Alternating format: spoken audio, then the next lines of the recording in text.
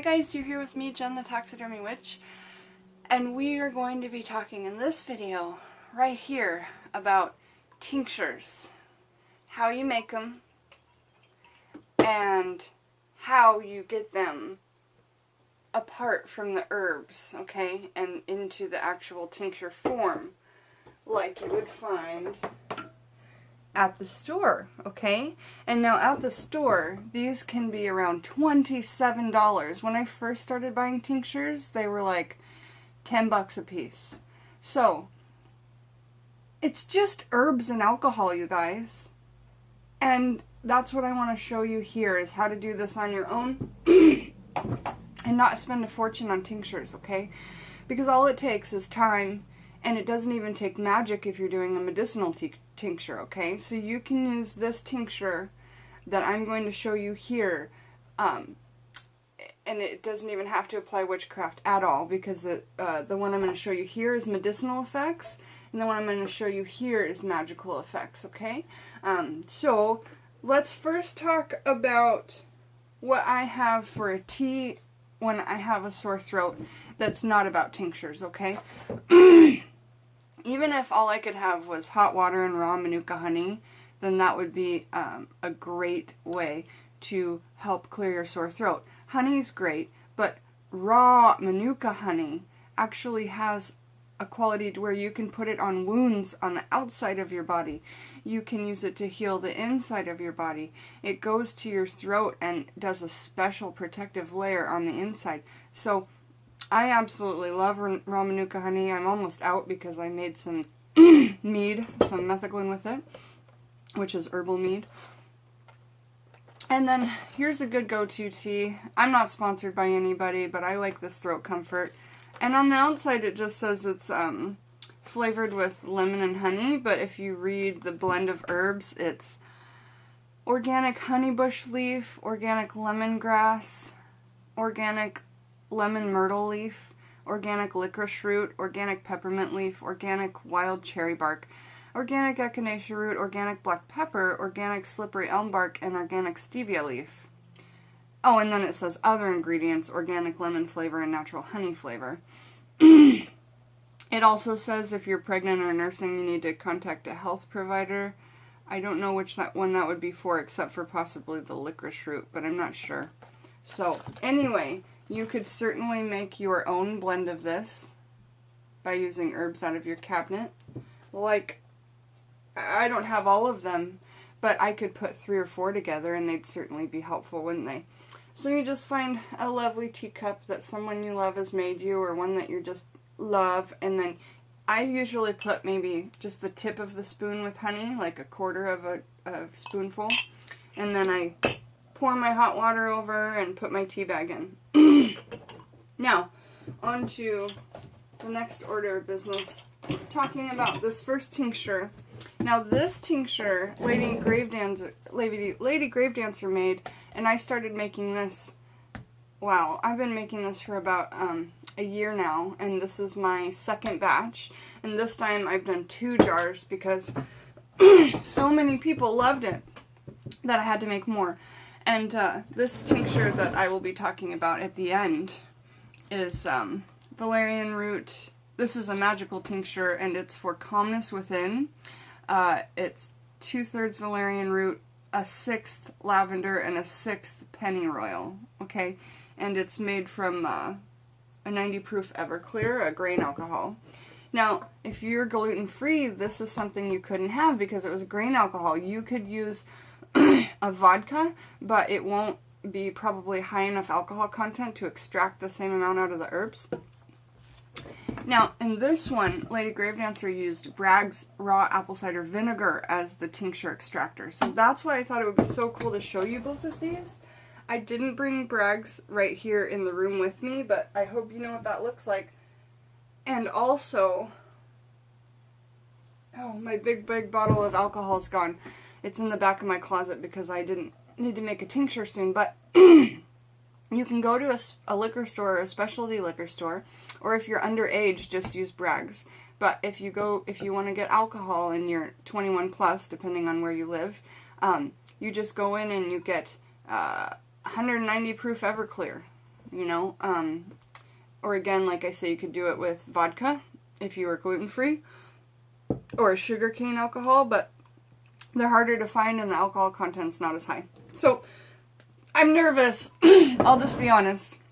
Every time I do this, it's so messy. So, I've got like my towels here, and what I'm trying to do right now is get it separate from the herbs. So, I've got a little cup because I didn't have any jars as big as this, but remember, the herbs are in there too, and when I filled up the herbs, it was like halfway full, so you're not going to have a full jar, but I'm guessing it's going to be more than this jar. So we'll just open it up and see.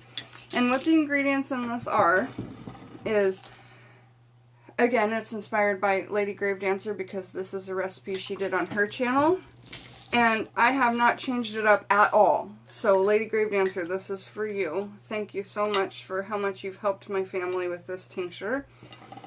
You open it up, it smells like vinegar.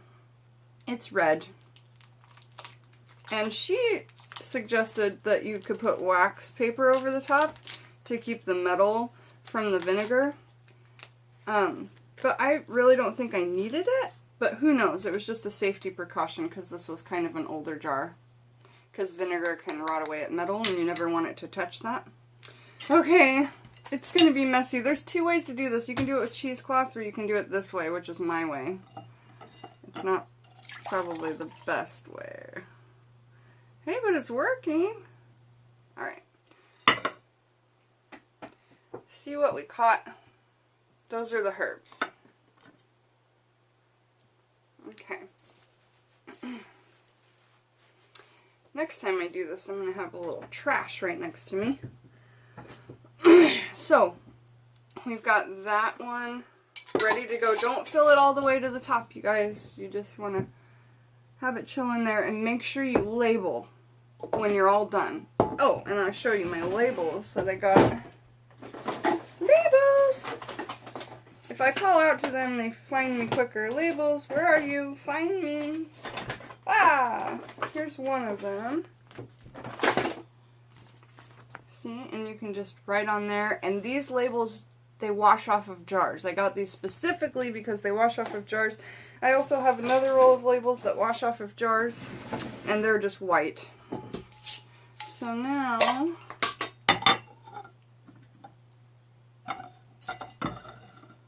this part is going to take some squishing when we try and get the rest of these herbs out. So this is just a way to do it without cheesecloth. Just kind of push on those herbs. These herbs are really woody, okay? The echinacea is not so woody, but the elderberry is really woody. So when you get to the point where you're pushing the herbs down to get all the tincture out... oh, please nothing go in that jar. Good, it didn't. To get all that tincture out. Not a lot more is going to come out. Just a little. But what hangs on inside those herbs is so potent, you guys. That vinegar has been marinating inside the woods and greens of those herbs and just grabbing everything we need out. Tincture videos are messy. Hopefully you can see what I'm doing. So it's a beautiful Monday morning at my house. We're getting ready to do today's Monday Fae offerings. Learning more about the Fae each week I go. So lots of good things on my channel. And this is kind of like witchcraft in the kitchen, but not. On Wednesdays, I just started doing a segment called Witchcraft in the Kitchens. Very much inspired by Scott Cunningham's Wicca in the Kitchens. But I'm not a Wiccan. I'm just a witch. Just an eclectic witch. Doing her thing. Grabbing on to many gods. And loving it. So see all the stuff we are getting a good amount out of. There's a ton. See, we've already gotten a lot out. There's a ton left over in that jar. You can sit here and you can say, put some intention into this as you're squeezing it through. Ask that all of the precious healing elements of these herbs come out and heal your body and keep your family safe and healthy through this upcoming winter season. Definitely have a candle lit. I always have my altar candle lit right over here that sits with me. I feel like a candle brings a lot of magic. Brings a lot of magic into the space. Brings spirit guides easier to your space. Lots of things that it does, in my opinion. But it just feels like you've really started a spell or started a working when you've got a candle going. So I'm happy with what I've forged from that. And so I don't feel the need to do both jars on camera, just this one. And to say that out of this jar that I filled over halfway with herbs and then the rest away with apple cider vinegar, we got this much plus this much. So if you were to just put it back in one of these, it'd be smart and it'd be like 3/4 full. But I didn't have that size today. So here's what we got out of that. It tastes good, you guys. It tastes like Bragg's apple cider vinegar and then spicy like Thanksgiving. It tastes straight up good. Honestly, it tastes straight up good.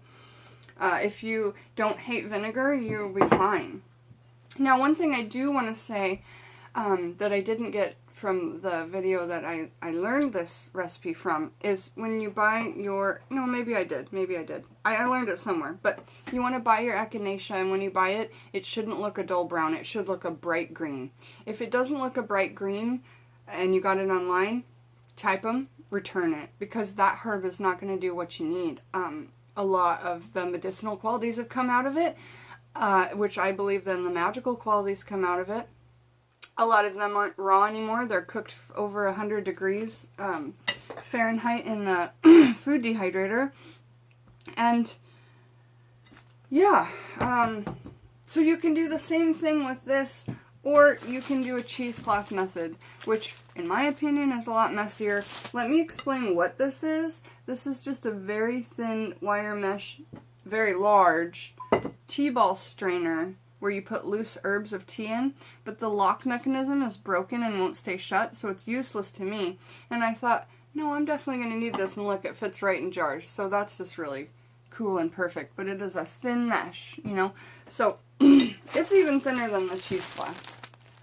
So you can get cheesecloth anywhere. You would just put it into your, like, a bowl, pour everything in it, and then squeeze through the cheesecloth like this, and you can just do all those herbs at once. And then put the bowl from, you'd have a lot more steps with the cheesecloth, I feel, whereas here you're just like jar to jar through a strainer, push, push, push. Okay, so there's my method. And remember, this is made with echinacea, elderberries, and Bragg's raw apple cider vinegar organic. That's it. 3 things to keep you colds away in the winter. We have to thank Lady Gravedancer for this. She's one of my hugest inspirations, and I have literally watched every single episode of hers at least twice.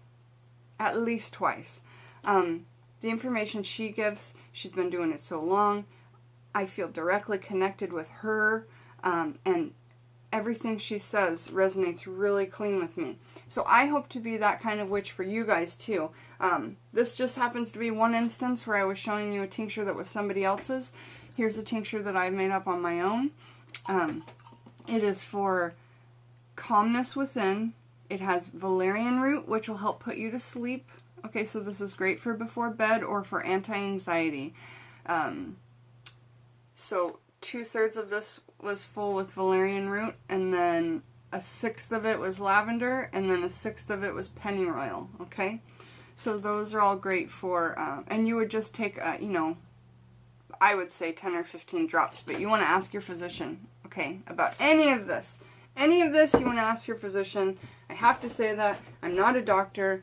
I'm just a retired massage therapist, okay? Alright, guys. All my love. Come back here with me, Jen the Taxidermy Witch, as we talk about many more things. Many, many more things. Have a beautiful, beautiful day, guys.